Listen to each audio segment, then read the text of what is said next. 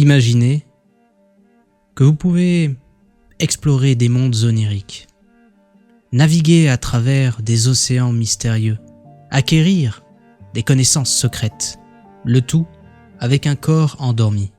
C'est ce que nous allons voir aujourd'hui en nous intéressant aux notions mystiques du rêve telles que proposées par Carlos Castaneda.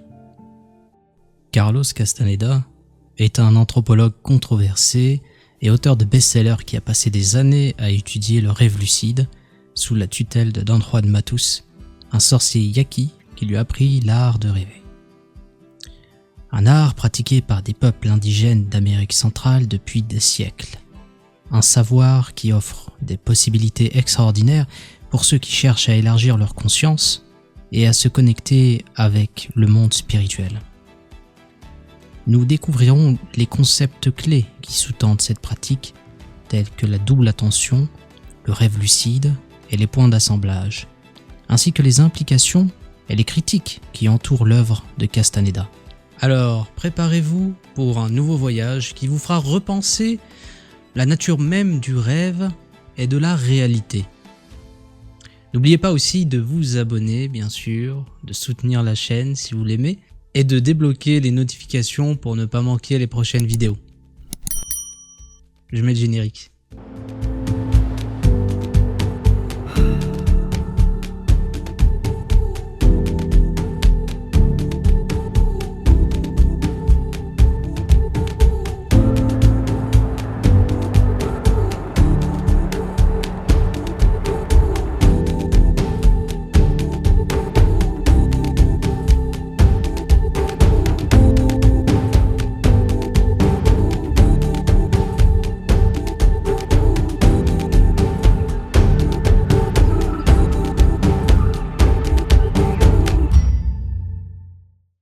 Nous allons commencer notre exploration de l'art de rêver de Carlos Castaneda en examinant le contexte culturel et historique de cette pratique. Les peuples indigènes de l'Amérique centrale, comme les Yaquis, les Toltecs et les Nahuas, ont une riche histoire de pratiques spirituelles et chamaniques. Leur système de croyances était étroitement lié à la nature et au monde qui les entourait. Pour rappel, le chamanisme est une pratique spirituelle ancestrale, où un chaman, un guérisseur ou un guide spirituel communique avec le monde des esprits ou des dieux pour obtenir des conseils, des informations et des pouvoirs de guérison. Selon Michael Harner, dans son livre The Way of the Shaman, les chamans ont la capacité de voyager entre les réalités pour obtenir ces connaissances. L'art de rêver est une composante importante de ces pratiques spirituelles, le rêve étant considéré comme des singularités, des portails vers d'autres réalités, où les chamans pouvaient trouver des réponses à des questions, obtenir des visions ou entrer en contact avec les êtres spirituels. Dans ces cultures, les rêves étaient souvent représentés par des symboles ou des motifs artistiques reflétant l'importance accordée à ces expériences oniriques. Ces symboles étaient intégrés dans l'art, l'architecture et les objets rituels, témoignant de la place centrale des rêves dans leur vision du monde. Il faut aussi ajouter que l'absence de système normatif positif faisait que le chaman ou le prêtre, à une certaine époque, était celui qui pouvait sceller les accords politiques et économiques. C'est par les sorts et les malédictions que l'on s'assurait que les parties d'un traité respectaient leur engagement, par la vision, les rêves que les prêtres pouvaient guider les mortels en interprétant la volonté des dieux. L'histoire de Carlos Castaneda commence lorsqu'il rencontre Don Juan Matus, un sorcier yaqui lors d'un voyage d'études en Arizona. Intrigué par les enseignements de Don Juan, Castaneda devient son apprenti et passe de nombreuses années à étudier les pratiques chamaniques sous sa direction. Les expériences de Castaneda avec Don Juan sont documentées dans une série de livres, le premier étant The Teaching of Don Juan, A Yaqui Way of Knowledge, publié en 1968. Ces livres décrivent en détail les techniques et les concepts clés de l'art de rêve et du chamanisme tels qu'enseignés par Don Juan. Don Juan ainsi enseigne à Castaneda que pour accéder au monde non ordinaire et acquérir la connaissance, il doit apprendre à modifier son état de conscience. Cela peut être réalisé à travers diverses pratiques, comme le rêve lucide, qui implique de devenir conscient de ces rêves est de les utiliser comme des portails vers d'autres réalités, mais pas que. Il n'empêche qu'il faut remarquer qu'il s'agit d'une constante chez beaucoup de peuples. Le rêve n'est pas une illusion du cerveau, c'est une réalité comme une autre. Pour les rêveurs, dit Don Juan, le monde des rêves est un terrain d'exploration. Les rêveurs expérimentés ne se contentent pas de parcourir les territoires de leur propre vie et de leurs propres préoccupations. Ils utilisent le rêve comme un moyen de visiter des mondes inconnus. Ces mondes sont aussi réels et tangibles que le monde que nous connaissons lorsque nous sommes éveillés. Pour les rêveurs, il n'y a pas de différence entre le rêve et la réalité. Les deux sont simplement des facettes de la même existence. Tout au long de son apprentissage, Castaneda met en pratique les enseignements de Don Juan, partageant ses expériences personnelles et ses découvertes sur l'art de rêver.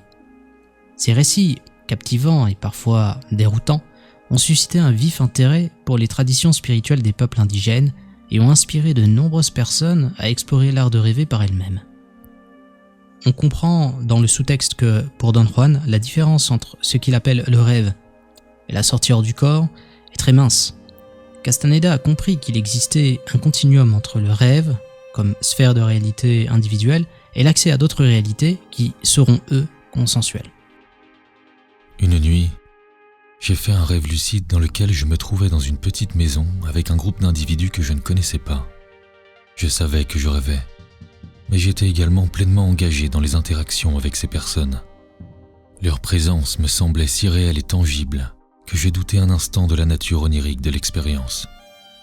Le lendemain, j'ai raconté mon rêve à Don Juan, décrivant en détail les personnes que j'avais rencontrées. Quelques jours plus tard, Don Juan m'a présenté un groupe de ses compagnons, des apprentis et des sorciers. À ma grande surprise, ils étaient les mêmes personnes que j'avais rencontrées dans mon rêve. Ils étaient tout aussi réels et tangibles que dans mon rêve. J'étais stupéfait et ne pouvais pas comprendre comment cela était possible. Don Juan a expliqué que j'avais réussi à accéder à une réalité parallèle dans mes rêves, où j'avais rencontré mes futurs compagnons. Il m'a assuré que cela faisait partie de l'art de rêver et que, avec la pratique, je pourrais continuer à explorer ces réalités parallèles et à interagir avec les personnes et les êtres que je rencontrerais. Et vous êtes-vous déjà demandé ce qui se passe lorsque l'on rêve ? On va plonger dans les concepts clés de l'art de rêver de Carlos Castaneda, afin de vous aider peut-être à vous donner des astuces, des indices pour transformer vos rêves en véritables aventures oniriques. Le premier concept est celui de la double intention. Don Juan enseigne que nous devons apprendre à équilibrer notre perception de la réalité ordinaire, le monde que nous percevons dans notre vie quotidienne, avec celle de la réalité non ordinaire, accessible à travers l'art de rêver et d'autres pratiques chamaniques. Cela ressemble en réalité à du remote viewing. On accède à des réalités supplémentaires, imaginales ou oniriques, tout en gardant conscience de son propre corps. C'est ainsi que le sorcier Yaki est capable d'être là, de ressentir son corps physique, tout en laissant sa conscience vagabonder dans d'autres univers. Le second concept est celui du point d'assemblage. Don Juan explique que chaque être vivant possède un point d'assemblage, situé dans son champ énergétique qui détermine comment il perçoit et interagit avec le monde. En déplaçant le point d'assemblage, on peut accéder à d'autres réalités et à d'autres expériences. Mais le problème, c'est de savoir qu'est-ce qu'on entend par point d'assemblage. Est-ce que c'est un Tantien que l'on retrouve dans le système taoïste, un chakra de l'hindouisme? La question est ouverte et personnellement, je ne sais pas. Concernant le point d'assemblage en détail, Carlos Castaneda indique dans son ouvrage que le point d'assemblage se situe, comme je vous l'ai dit, dans le champ d'énergie, ou le cocon, comme il le dit, au niveau des omoplates, et c'est ça qui est responsable de notre perception de la compréhension du monde qui nous entoure. Est-ce que cela agit comme un filtre de la réalité?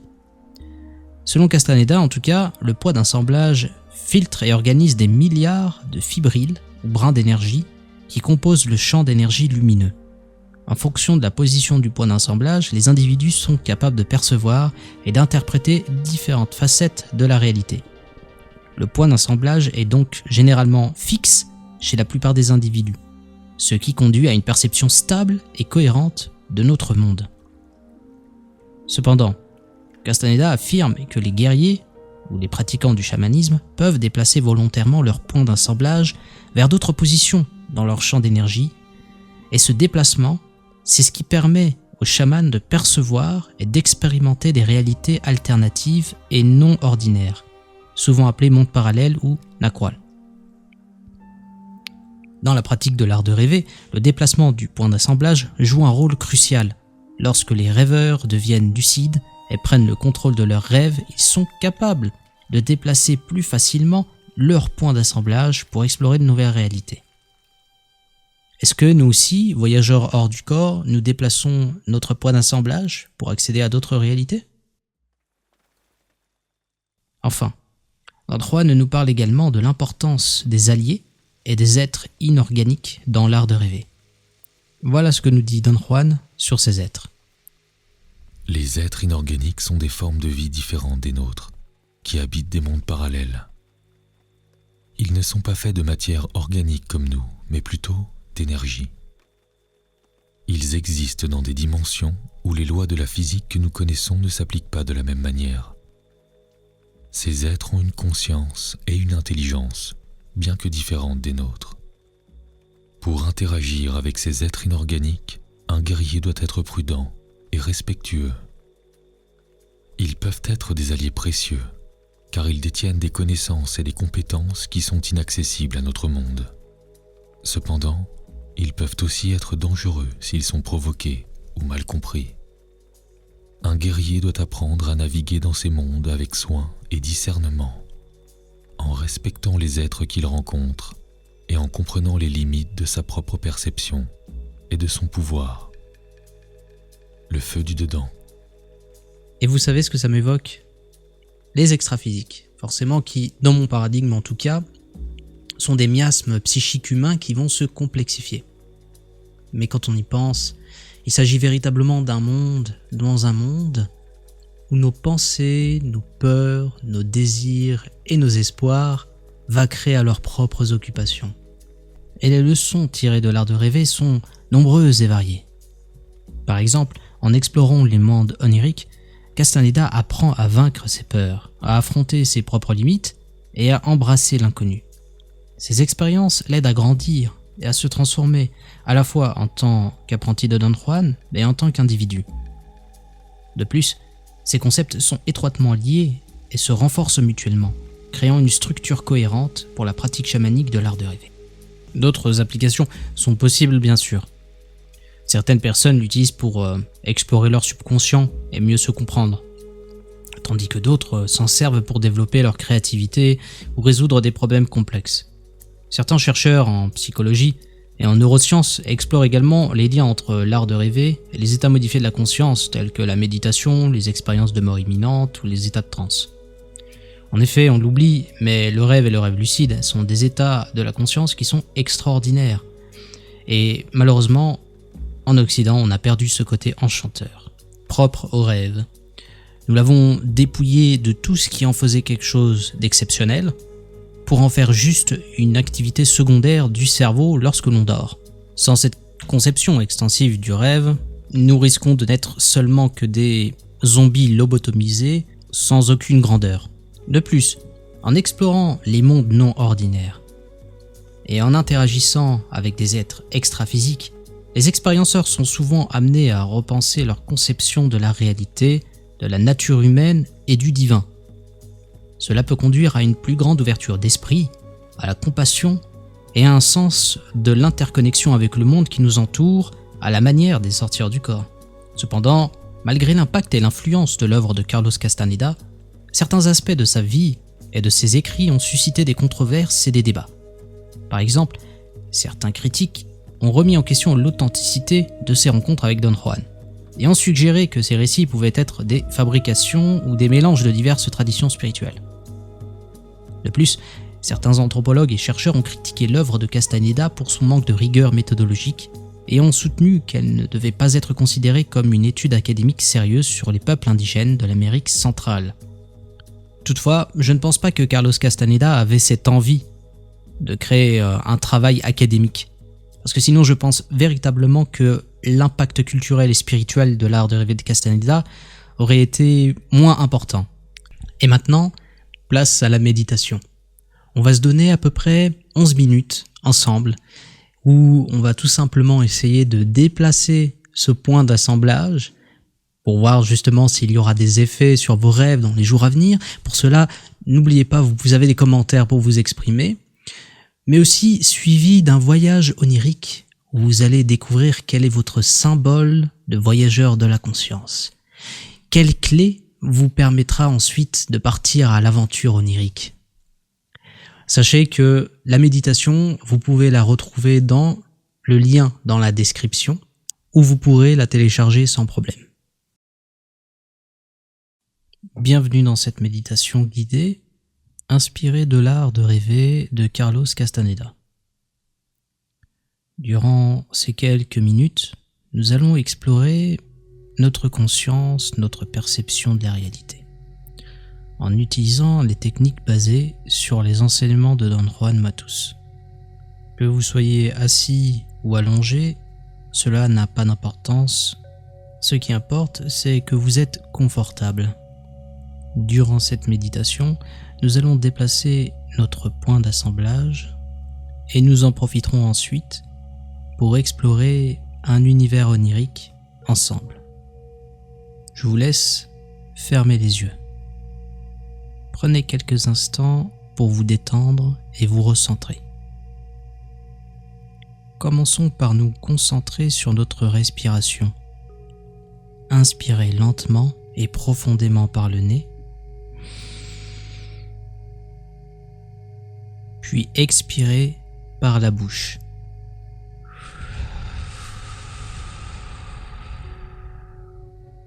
Laissez chaque respiration vous apporter détente et calme. Continuez à respirer profondément et lentement pendant quelques minutes, en portant une attention particulière à la sensation de l'air qui entre et sort de votre corps.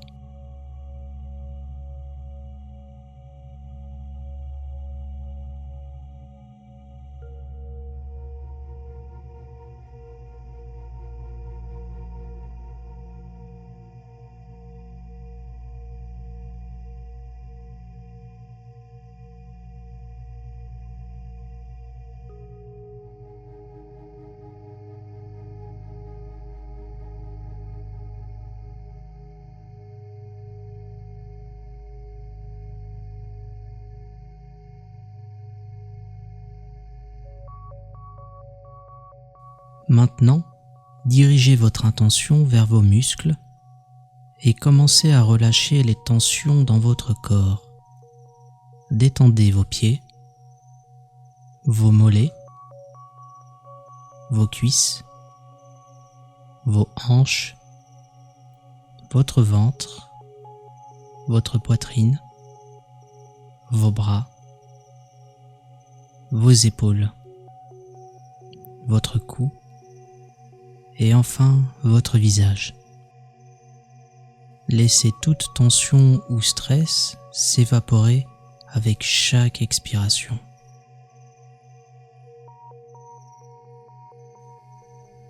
Visualisez maintenant ou sentez ou alors entendez une sphère de lumière située à quelques centimètres derrière vos omoplates.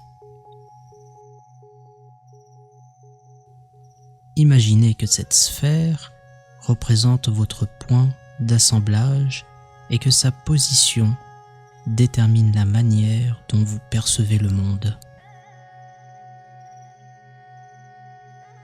Avec chaque respiration profonde, imaginez ou alors entendez que cette sphère de lumière se déplace lentement autour de votre corps. Observez comment votre perception de la réalité change à mesure que la sphère se déplace. Peut-être qu'après l'expérience, les couleurs deviendront plus vives ou que les sons deviendront plus clairs. Peut-être que votre conscience sera élargie ou que votre intuition s'affinera. Laissez votre esprit explorer les différentes perceptions possibles en fonction de la position de cette sphère de lumière.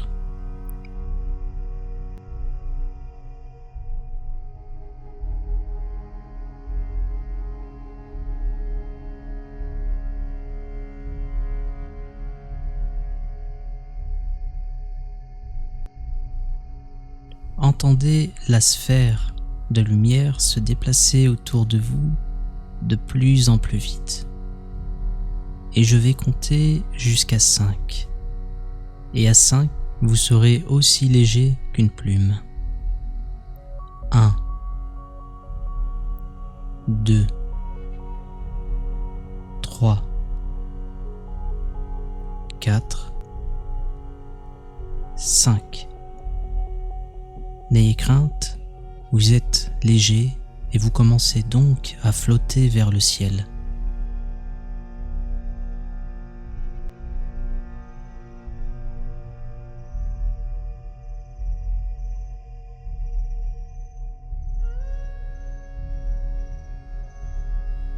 Imaginez que vous prenez de la hauteur, que vous observez le paysage qui s'étend sous vos pieds. Vous traversez peut-être le plafond, le toit. Ensuite, vous êtes au-dessus de votre ville. Vous survolez peut-être une forêt, des montagnes, des rivières. Vous vous élevez de plus en plus haut dans l'atmosphère en ligne droite. Les paysages terrestres deviennent de plus en plus petits et vous vous sentez de plus en plus libre et détaché.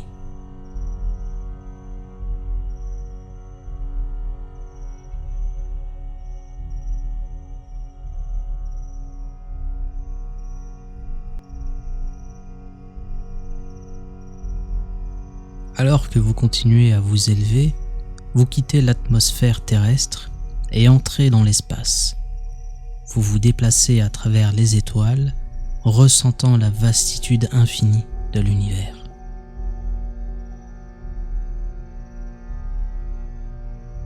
Laissez votre esprit vagabonder et explorer les mystères de l'espace. Vous pouvez observer des planètes, des galaxies et des phénomènes cosmiques en chemin.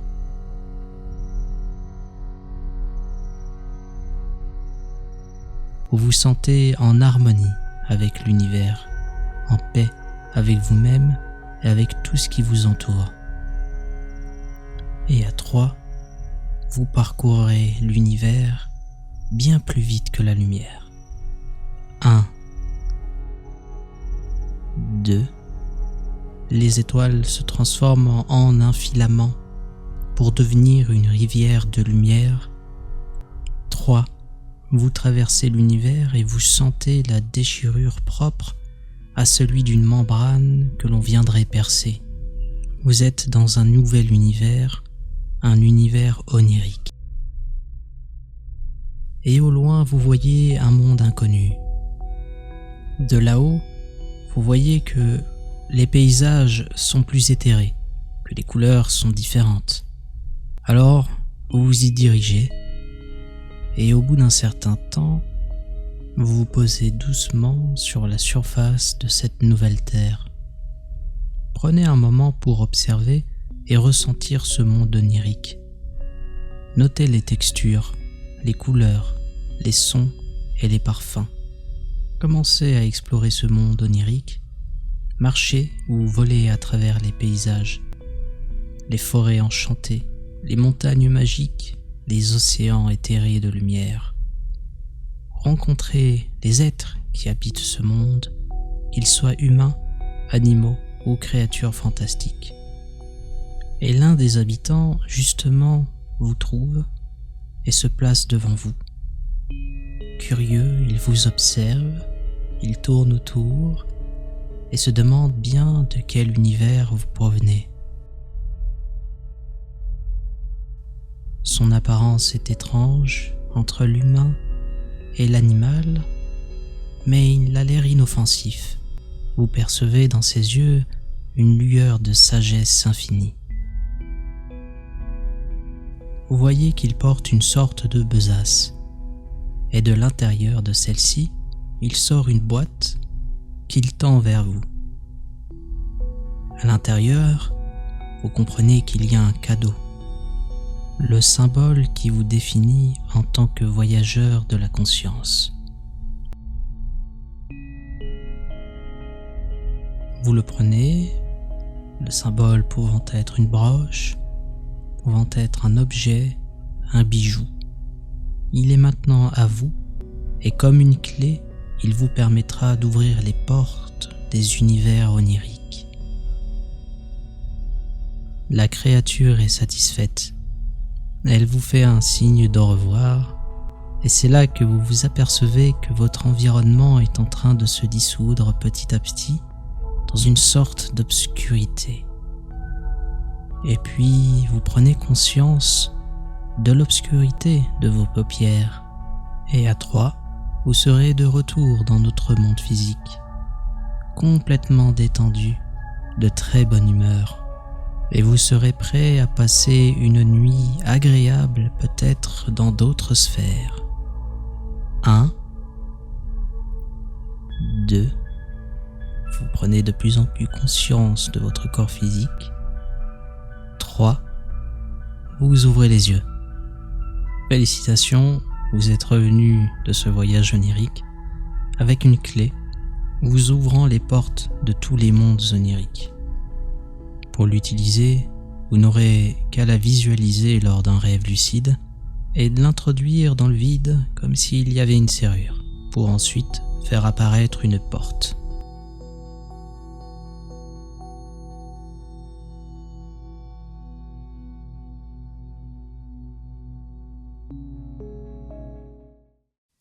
C'est la fin de la méditation, merci de l'avoir suivi, j'espère que vous vous sentez bien et bien sûr, n'hésitez pas à partager quel est votre symbole de voyageur de la conscience.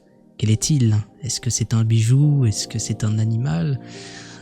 Bref, j'ai hâte de lire ça. On se retrouve nous pour d'autres vidéos forcément, d'autres lives et puis d'autres projets qui se concrétisent de toute façon petit à petit. Merci pour votre soutien et à très bientôt.